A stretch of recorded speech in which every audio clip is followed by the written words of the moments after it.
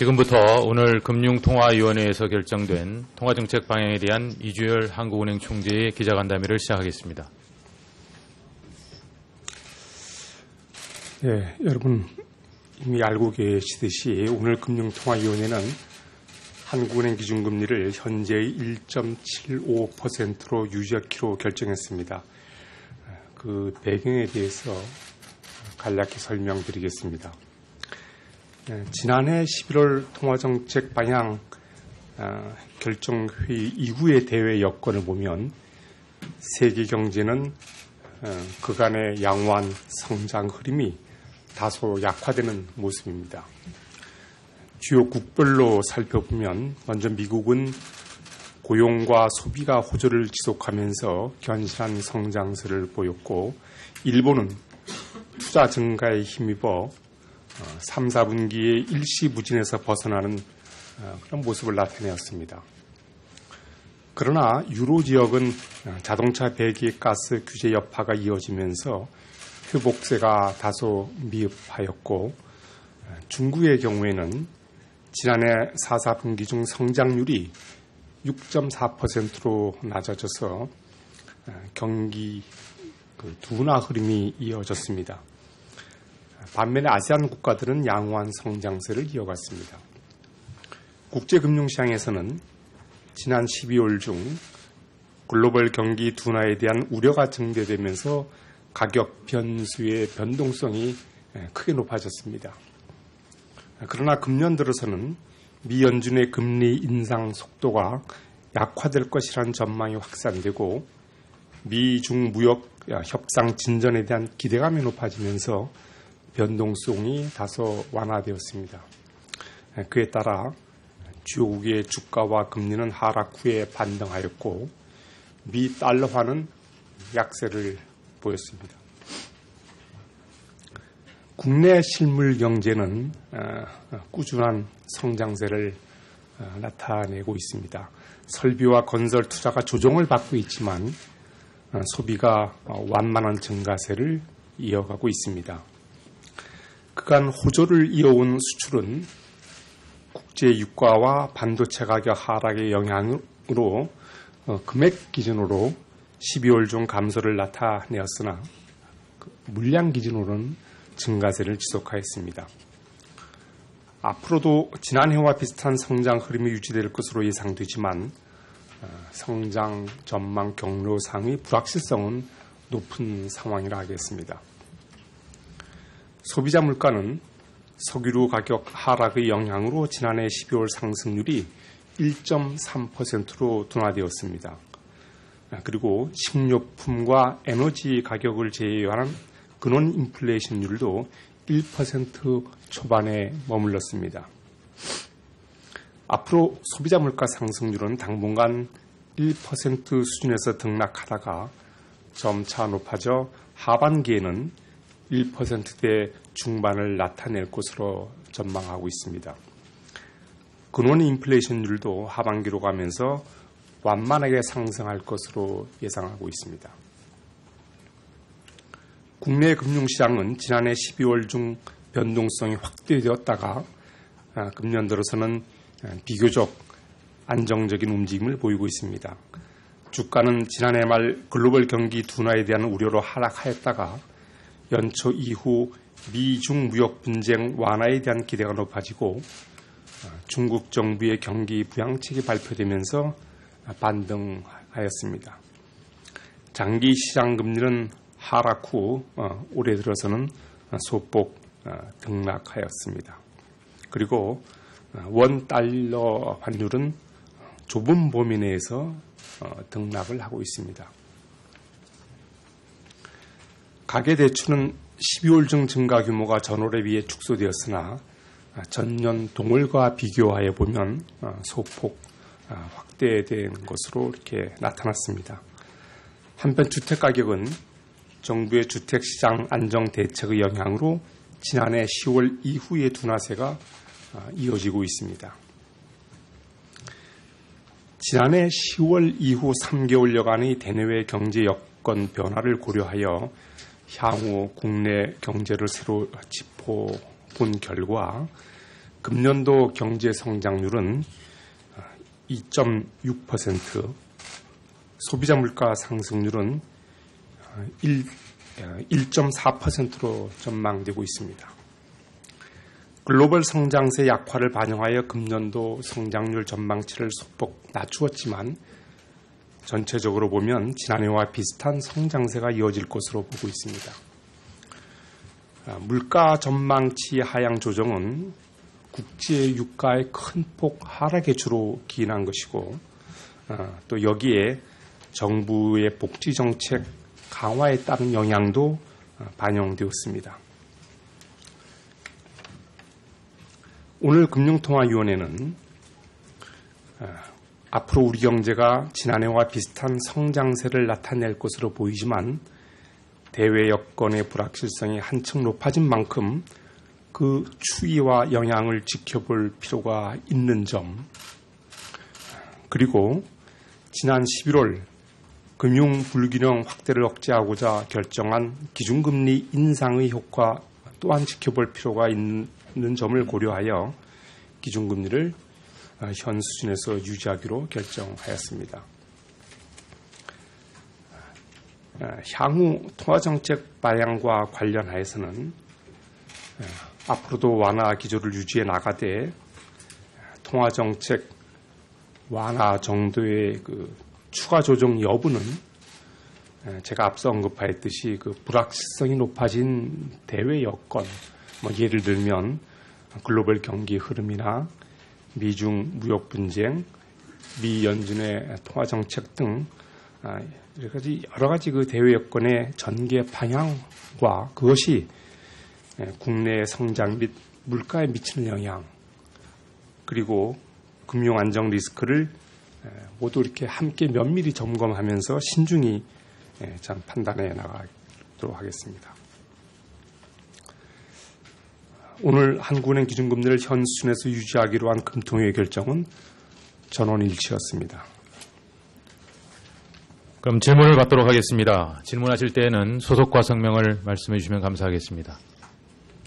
네, 안녕하세요. 저 연합뉴스 김지원입니다. 전 두 가지 질문 드리고 싶은데요. 첫 번째는 경기 국면과 관련한 질문입니다. 지난번 11월 금통위 때 그때 총재님께서 경기 하강 국면이라는 표현이 조금 좀 쓰기가 어렵다, 좀 더 판단이 필요하다라고 하셨는데요.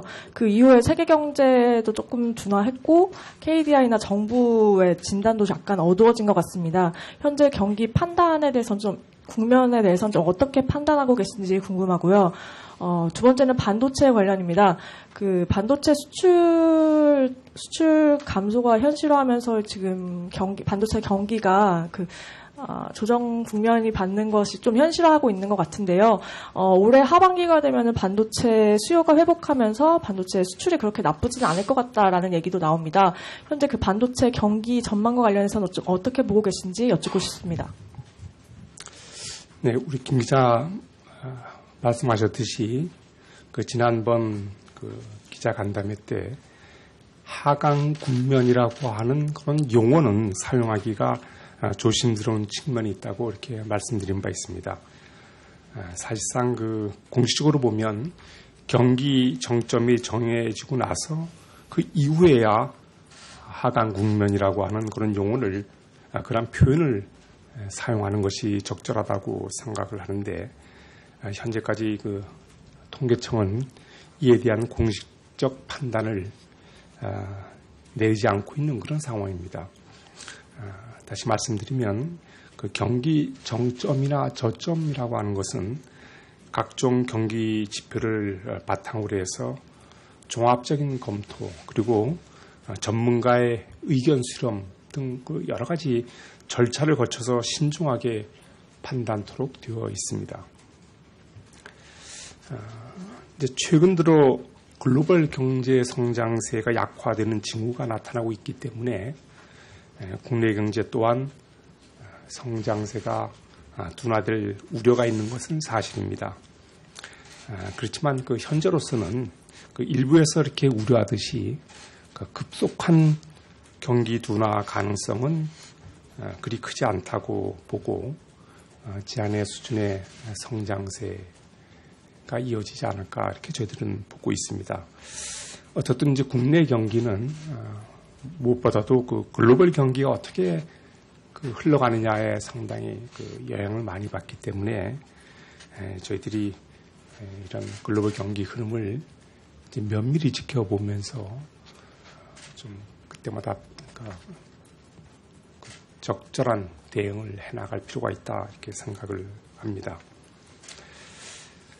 반도체와 관련해서는 저희들이 이제 아무래도 여기에 전문성을 갖고 있는 그런 기관의 전망을 저희들이 참조를 하게 되는데 저희들이 파악하기로서는 그 다수의 이런 전문 기관들이 최근 반도체의 어떤 조정이 그러니까 반도체 경기의 조정이 좀 일시적일 것으로 이렇게 보고 있습니다. 그 최근에 이제 반도체 가격이 하락하다 보니까 수요초에서 그 좀 전략적으로 구매를 지연한다든가 또는 최근에 PC 생산이 감소한 그런 영향으로 반도체 수요가 둔화되었고 그래서 이 소위 전문가들은 이러한 요인이 점차 해소될 것으로 예상을 하고 있습니다. 즉, 그 금년 하반기 이후에는 이제 반도체 수요가 다시 증가돼서 그 소위 그 반도체 경기가 회복세로 전환될 것이라고 하는 그런 전망이 현재로서는 좀 더 우세한 것으로 저희들은 파악을 하고 있습니다. 그렇지만 뭐 여러분 잘 아시다시피 그 우리 경제에서 반도체가 차지하는 비중이 워낙 그 높기 때문에 만약에 반도체 경기가 정말 그 본격적인 둔화 국면에 진입한다면 그 경우에는 우리 경제에 상당한 부담을 줄 수 있기 때문에 물론 이렇게 전문 기관에서 보고 있지만서도 저희들은 또 이것도 좀 뭐라고 할까요? 늘 주시를 해야 되지 않을까 이렇게 생각을 하고 있습니다. 다음 질문해 주시기 바랍니다. 네, 안녕하세요. 저 블룸버그 통신 엄지영 기자입니다. 방금 이제 성장률 전망도 낮추시고 특히 물가 전망 좀 대폭 하향하셨는데 이게 성장이 잠재 수준으로 유지가 된다 그래도 물가가 목표 수준에 미치지 못하는 상황에서 그 향후 통화 정책이 좀 더 완화적 기조로 갈 여지가 있는지에 대해서 그 총재님의 의견을 여쭙고 싶고요. 두 번째로는 통화 정책 방향문에는 수출이 증가라고 나와 있는데 실제 수출 12월 수출도 그렇고 1월 20일까지의 수출도 그렇고 금액 기준으로는 마이너스거든요. 이게 그 한은의 지금 현재 수출 평가가 그럼 과연 수출 증가세가 지속되고 있다는 게 물량 기준인지 아니면은 좀 더 물량이나 금액 그걸 다 포함을 해서 전체적인 수출 증가세가 지속되고 있는 건지 그거에 대해서 좀 명확하게 좀 답변해 주셨으면 감사하겠습니다. 네. 제가 조금 전에 저희들이 수정한 전망치를 제가 말씀을 드렸습니다. 다시 제가 좀 설명을 드리면 글로벌 성장세 약화를 반영해서 올해 성장률 전망치를 이제 하향 조정했지만 어떻게 보면 전체적으로 보면 지난해와 비슷한 성장세를 나타낼 것으로 보인다 이렇게 설명을 드렸습니다. 그리고 지금의 사실상 아까 통화 정책을 좀 더 완화적으로 이동할 여지가 있는지 이렇게 질문하셨는데 저희들의 판단은 지금의 통화 정책 기조도 아직도 완화적이다. 그래서 뭐 더 완화적으로 뭐 이렇게 각오하는 뭐 그럴 것을 이렇게 고려할 단계는 아니지 않느냐 이렇게 생각을 보고 있습니다. 그 물가 전망치도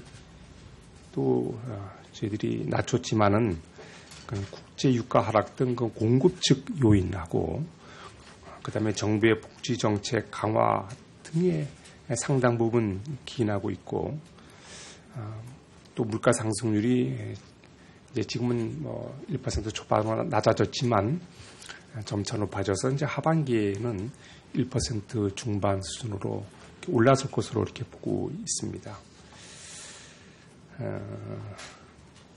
그다음에 수출 참 말씀하셨죠. 수출은 이제 금액 기준으로는 뭐 12월 달에 감소를 했고 현재 1월 들어서도 소위 반도체 가격 하락이라든가 또 지난해 1월달 수출이 상당히 높았습니다. 그에 따른 기저효과를 감안해서 지금 현재 1월 들어서도 금액 기준으로 마이너스를 나타내고 있습니다. 그러나 아까 제가 모두 발언에서 말씀드렸듯이 물량 기준으로는 견조한 성장 증가세를 나타내고 있습니다. 저희들이 그 수송 전망에 대해서는 오후에 이제 우리 조사국장이 상세히 설명을 드리겠습니다. 그냥 요즘 말씀드리면 수출이 금액 기준으로는 작년에 수준에 좀 못 이룰 수도 있겠다. 그렇지만 물량은 여전히 증가세를 나타낼 것으로 그렇게 저희들은 보고 있습니다. 그 상세한 것은 오후에 설명을 참고하시기 바랍니다. 다음 질문 받겠습니다. 네, 안녕하세요. 머니투데이 한국은 기자입니다.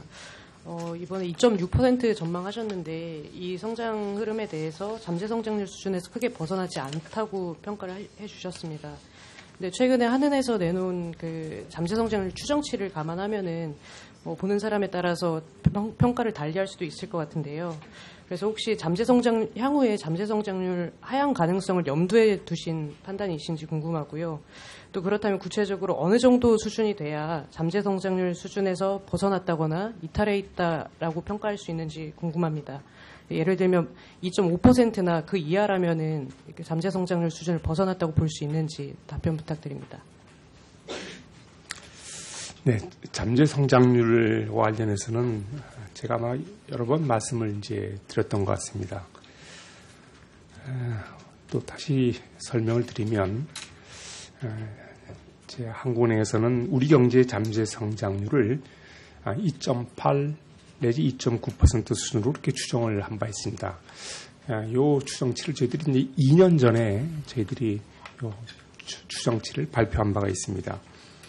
그렇지만 이제 잠재 성장률이 그 추세적으로 하락하고 있다는 점을 감안한다면, 예를 들면 2.7이나 2.6%는 이렇게 잠재 수준에서 크게 벗어나지 않는 그런 수준이다, 이렇게 얘기할 수 있을 것입니다. 그렇지만 이제 잠재 GDP라고 하는 것이 추정에 있어서 불확실성이 워낙 크기 때문에 이것은 어떤 특정 수치가 아닌 레인지로 이렇게 제시할 수밖에 없다는 점, 또 이렇게 염두에 두셔야 할 겁니다. 결국 저희들이 잠재 GDP라는 것이 그 경제 구조의 변화라든가 인구 구조의 변화, 그리고 생산성의 변화, 이런 것들을 종합적으로 감안해서 그 추정을 하기 때문에 잠정 그 GDP라고 하는 것이 어떤 특정 수치에 고정되어 있는 것이 아니고, 이렇게 그 소위 해가 갈수록 좀 이렇게 변하게 되어 있습니다. 그리고 일반적으로 경제 규모가 확대되고 경제가 좀 더 선진화될수록 잠재 성장률 수준이 낮아지는 추세에 있다는 점을 이해해 주셨으면 좋겠습니다. 어떻든 저희들이 이것을 한 2년 전에 추정을 했기 때문에 지금 저희들이 다시 또 그 이후의 지금 현재의 잠재 성장률 수준이 어느 정도인지는 저희들이 지금 추정 작업에 있다는 점을 제가 말씀을 드립니다. 다음 질문하시기 바랍니다. 네, 조선비즈 조은임 기자입니다. 두 가지 질문 드리겠습니다. 지난 연말부터 반도체 가격 조정으로 수출이 둔화되는 속도가 굉장히 빠르다는 평가가 나오고 있습니다. 일각에서는 80개월 넘게 지속되어 온 경상수지 흑자 기조가 무너질 수도 있다는 우려도 나오고 있는데요. 경상수지 흑자가 일시적으로라도 무너진다면 대외 신인도에 상당한 악영향이 있고 금융시장에 충격이 클 것이라는 전망이 있습니다. 이런 우려에 대해서 어떻게 생각하시는지 궁금합니다. 두 번째로는 부동산 관련 질문 드리겠습니다. 최근 김수현 청와대 정책실장이 공시지가 현실화의 의지를 보이면서 추가적인 부동산 규제 강화의 움직임이 있습니다. 올해 경기 하강에 대한 우려가 높아지고 있는 가운데 부동산에 대한 추가 규제가 소비 위축으로 이어질 수 있다는 전망도 나오고 있는데요. 이에 대한 의견 듣고 싶습니다. 네, 저희들이 이제 지난해 국제금융시장의 변동성도 높아졌고 또 일부 신흥국이 상당히 어려움을 겪었지만 한국은 펀더멘털이 튼튼해서 저희들은 안정적이다 이렇게 말씀을 이제 그런 평가가 나오고 있는 게 사실입니다. 사실상 그 펀더멘털이 강하다고 하는 것 중에 그 대표적인 것이 지금 우리 지적하신 경상수지 흑자가 되겠습니다. 그렇기 때문에 경상수지 흑자 기조가 무너진다면 분명히 그런 우려가 있을 수 있겠습니다. 지금 반도체의 어떤 그 경기와 관련해서 이렇게 그런 우려를 제기하셨는데 최대 수출 품목인 반도체 가격 하락은 분명히 경상수지 흑자 폭을 이제 줄이는 그런 요인이 되겠죠.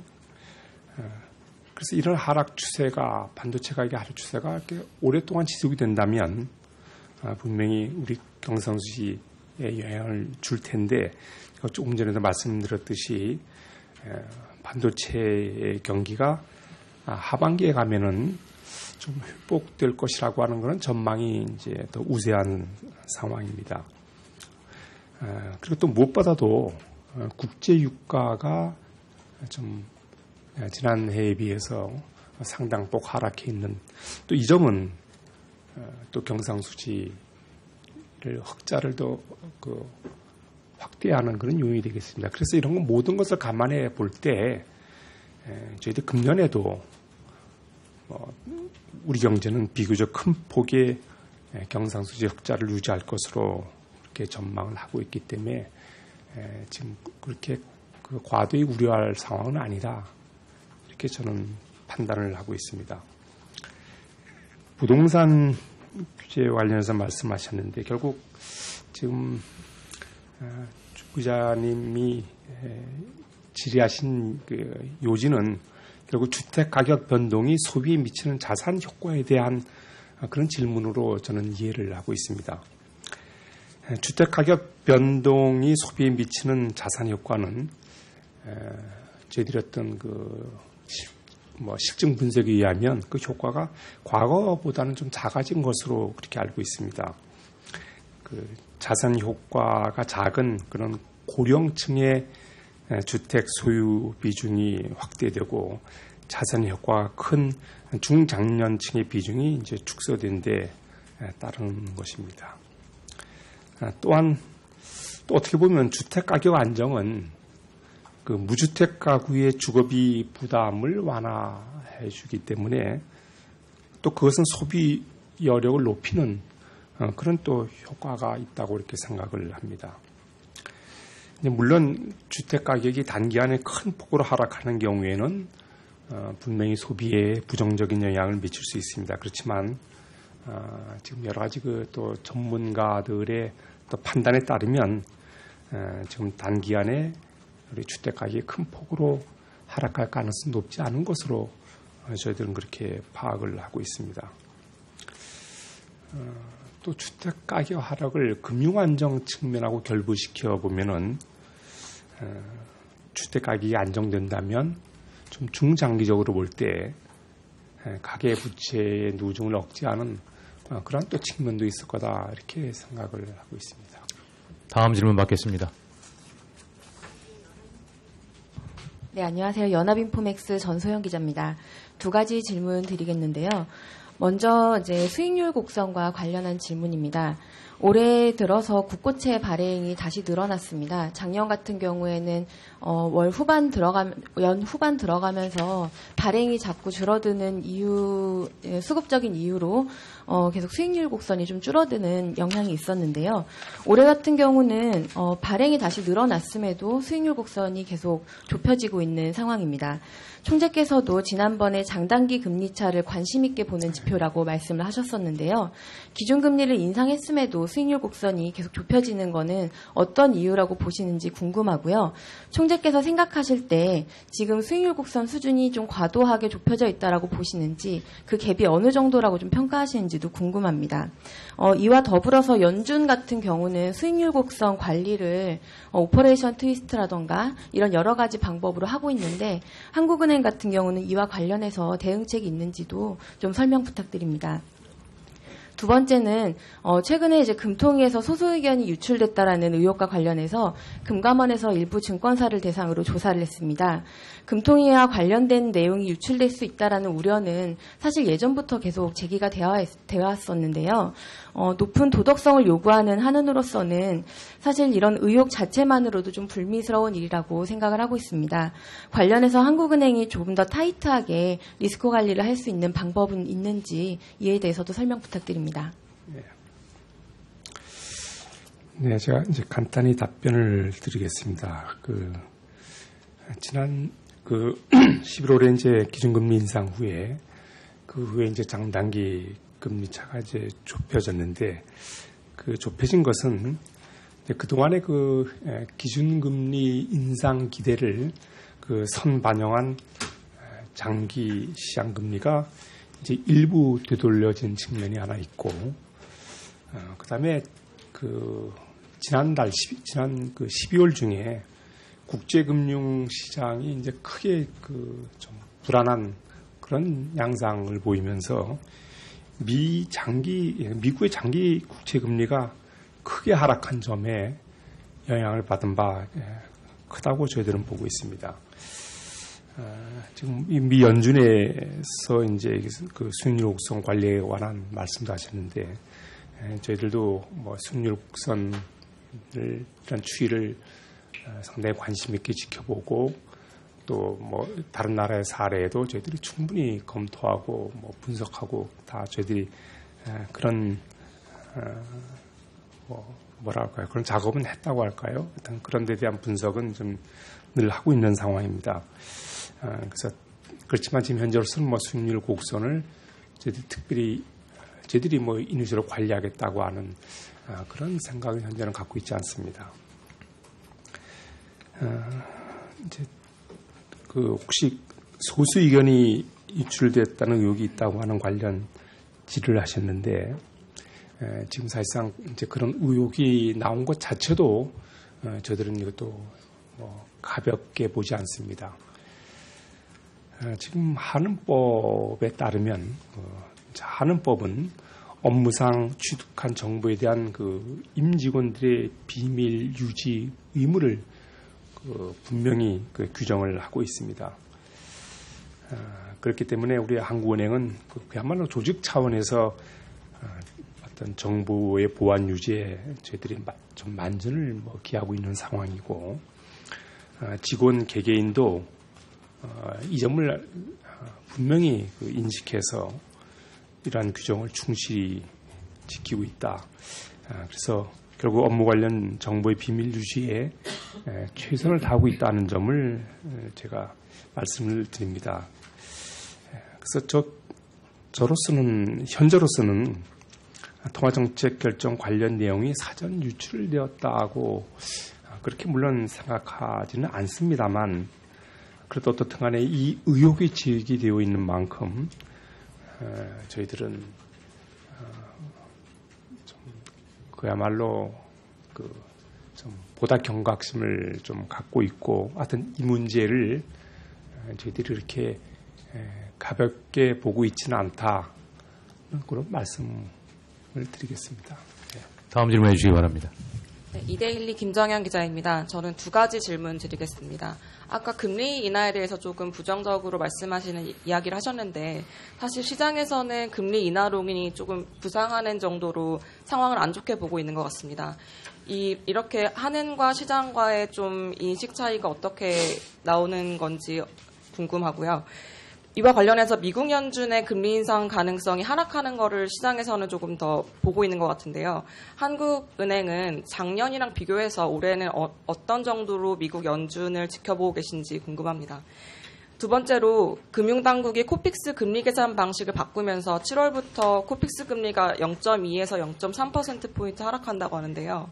그러면 작년에 하느니 기준금리 인상한 부분이 다 그 상쇄가 되는 결과가 있을 것 같은데 지난번에 인상하실 때 가계대출 억제하시기 위한 목적도 있으셨는데 이 부분이 어떻게 영향을 미칠 것 같으신지 궁금합니다. 그리고 이를 두고 금융당국과 한국통화정책 간에 미스매치가 있다고 보는 시각도 있는데 이에 대한 입장도 말씀 부탁드립니다. 네, 아마 연준의 이제 통화정책의 스탠스가 종전보다는 조금 소위 다비시하다 그러죠. 약간 완화적인 그런 스탠스를 이제 보이면서 아마 국내에서도 금리 인하까지 그야말로 부분적이겠습니다만은 그것이 제기되고 있는 것으로 저도 알고 있습니다. 그렇지만 제가 아까 말씀드렸듯이 통화정책 기조는 여전히 저희들이 완화적으로 보고 있기 때문에 지금 기준금리를 인하를 논할 단계는 아니다 이렇게 저는 이렇게 판단을 하고 있습니다. 지금 이제 시장과 그러면 결국 정부 당국자 간에 이렇게 일종의 괴리가 왜 생기냐 이렇게 말씀하셨는데 사실상 이것은 어떻게 보면 우리 저희만의 문제가 아니고 대표적으로 이제 미국에서 바로 이런 문제가 제기되고 있습니다. 소위 실물과 금융의 괴리라고 하는 그런 이제 표현을 쓰는데 미국 경제의 실물 경제는 상당히 견조함에도 불구하고 미 금융시장에서는 상대의 경기 둔화 우려를 높게 보고 그것이 바로 가격에 반영되는 그런 일이 벌어진 것을 여러분은 잘 알고 있을 것입니다. 그래서 저희들이 지난주에 BIS 총재회에서도 바로 이 문제가 저희들 논의가 됐었고 결국 일단 시장과 금융 간의 괴리는 아무래도 좀 시장이 좀 너무 과하게 반응한 거 아니냐고 하는 그런 의견이 다수였다는 말씀을 제가 드리겠습니다. 아까 이제 미 연준의 경우를 어떻게 저희들이 보고 있느냐 그러는데 우리 김 기자님 말씀하신 것처럼 작년 12월 이후에 국제금융 시장에서는 글로벌 경기 둔화 우려가 좀 더 확대됐고 또 미 연준도 추가 금리 인상 속도를 조절할 것임을 시사한 바가 있습니다. 결국 그렇지만 이제 시장에서는 소위 여러 가지 사건의 불확실성, 예를 들면 미중 무역 분쟁이라든가 중국의 경기 둔화, 블랙시트, 또 미 연방 정부의 셧다운, 거기에 내포되어 있는 불확실성을 가격에 상당히 민감하게 지금 반영하고 있다고 저는 보고 있습니다. 결국 미 연준도 이러한 시장의 우려를 어느 정도 감안을 해서 당분간의 인내심을 가지고 경제 지표의 흐름을 지켜보겠다고 하는 입장을 표명한 바 있습니다. 결국 좀 금융시장하고 지금 미국에서 말이죠. 미국에서 금융시장과 연준 간의 이렇게 소위 시각 변화 이것이 국내에도 상당히 큰 영향을 주기 때문에 저희들은 좀 면밀히 살펴보겠다는 것을 제가 다시 한번 말씀을 드립니다.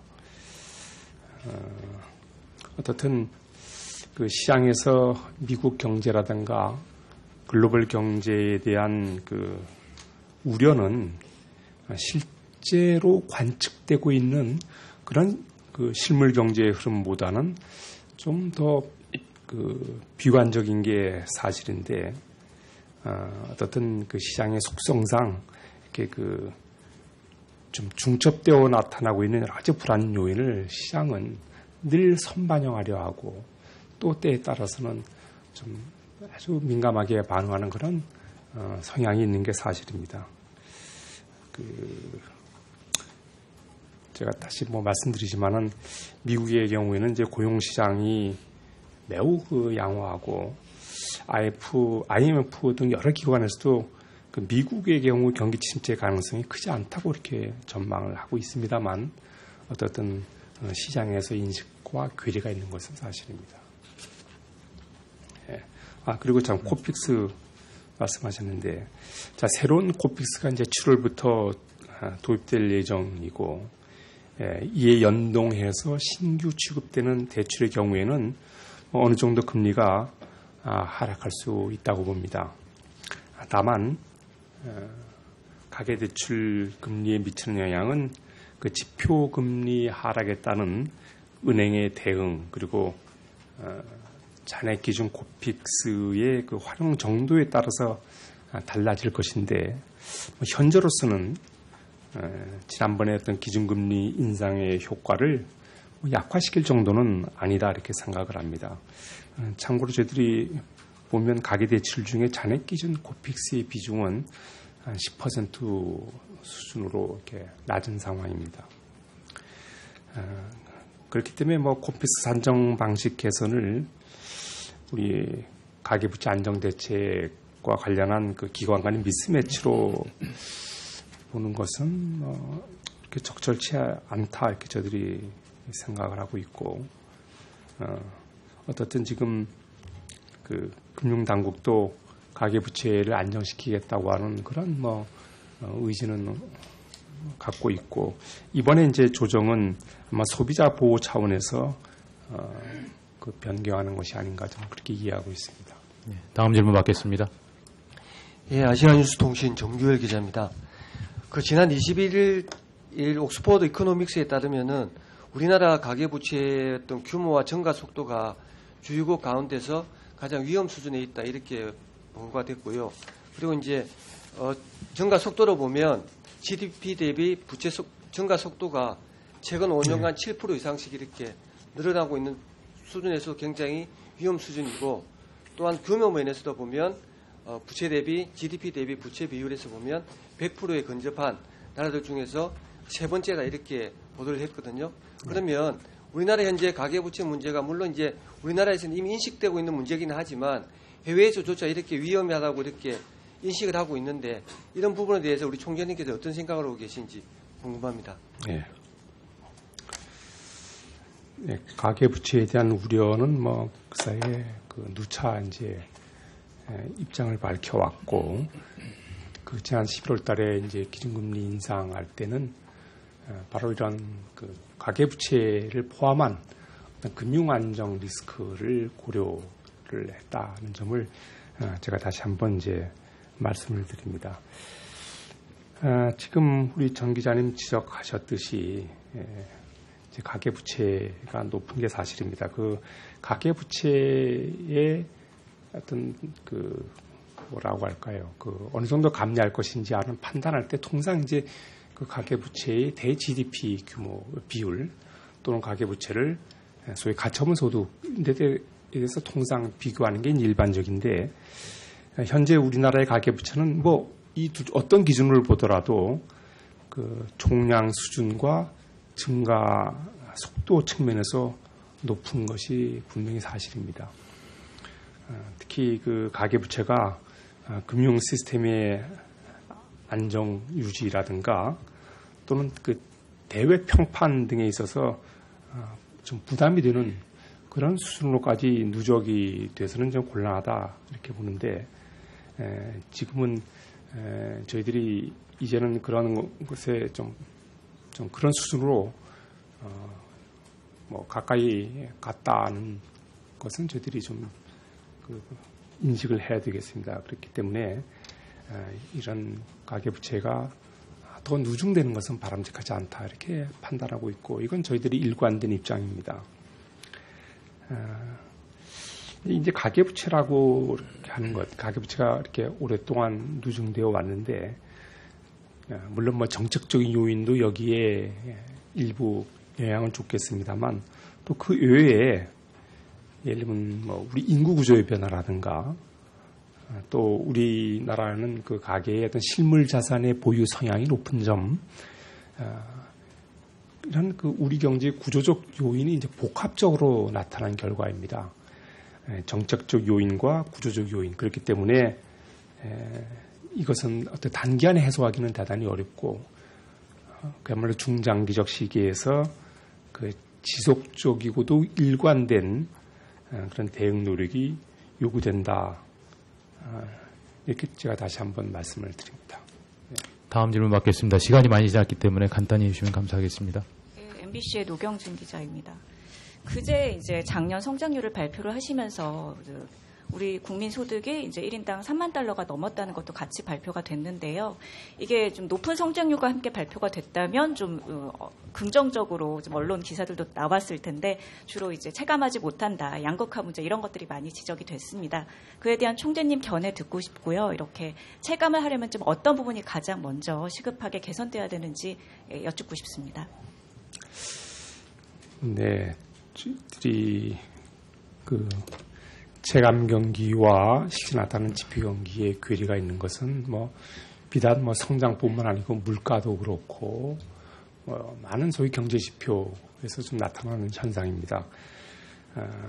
그렇지만 저는 이제 체감 경기를 높이는 것 이게 물론 대단히 중요하죠. 그래서 지금 우리 성장과 관련해서 좀 국민들이 피부에 와닿게 체감 경기를 높일 수 있는 가장 중요한 것은 저는 뭐니 해도 고용으로 보고 있습니다. 어떤 고용 상황이 개선되고 그에 따라서 좀 임금도 개선되고 하면은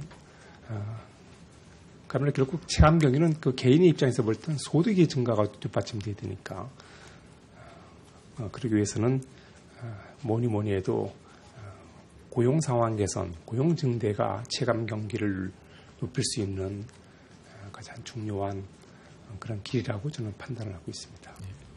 시간이 지났기 때문에 한 사람만 더 받도록 하겠습니다. 예, 안녕하세요. 저 이투데이 김남현입니다. 우선 그 첫 번째는 질문은 아니고요. 보통 이렇게 경제 전망 1월 달에 하면 올해 것뿐만 아니라 내년 전망도 같이 발표하잖아요. 통상 총재님께서 그러니까 지금 같은 경우는 2020년 그 연간 성장률이랑 물가 전망도 그래도 기자회견 때 말씀해 주시는데 혹시 그 좀 말씀해 주실 수 있는지 그 우선 부탁드리고요. 그다음에 질문을 하나 드리면 지금 그 통방 문구에도 보면 완화 정도의 추가 조정 여부라는 문구를 그대로 유지하셨잖아요. 지금 뭐 기자회견에서 말씀하시면 때도 더 완화 단계를 고려할 단계는 아니다라고 말씀하셔서 사실상 향후 방향은 여전히 인상 쪽을 시사하시는 것 같다는 생각이 드는데 이 인식에 대해서 어떻게 보시는지 그 궁금하고요. 그다음에 뭐 성장률, 물가, 뭐 또 금융 불균형, 미국과의 금리 차, 뭐 이런 정도에서 향후 금리 인상에 대한 어떤 점검을 하실 텐데 어느 쪽이 가장 그 높은 비중이 될지 그 현재로서는 그 현재 판단 하에서 어떻게 보시는지 좀 궁금합니다. 네, 2020년 전망은 이제 곧 이어서 오후에 좀 전망에 관한 전반적인 것을 조사국장이 설명할 예정이니까 좀 그것을 좀 참고해 주시길 바라고.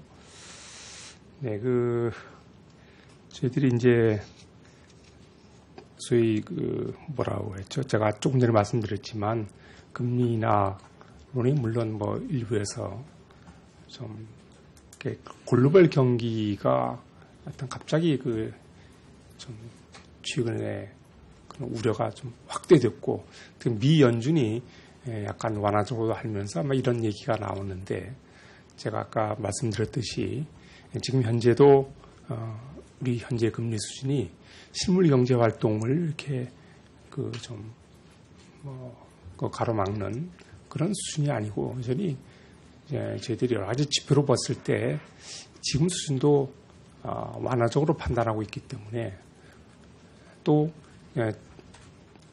우리 올해 예상되는 성장세도 또 지난해 어떤 수준이고 물론 잠재 성장률이라고 하는 것하고 이렇게 비교해 봤을 때도 이렇게 금리 인하를 원할 상황은 아직은 아니다. 저는 그렇게 보고 있다는 점을 다시 이제 말씀을 드립니다. 앞으로 어떤 것을 가장 고려하느냐고 하는데, 지난번 저희들이 그 금리 인상할 때도 그런 판단을 했습니다. 좀 우리가 어느 정도 성장을 감내할 수 있는, 실물 경제가 감내할 수 있다면 금융 불균형의 확대는 막는 게 필요하다. 이제 그런 취지로 말씀드려서 우리가 금리를 올렸는데, 물론 이제 그 사이에 한두 달 사이에 여건 변화를 보면 소위 그 경기 둔화에 대한 우려가 커진 것은 사실입니다.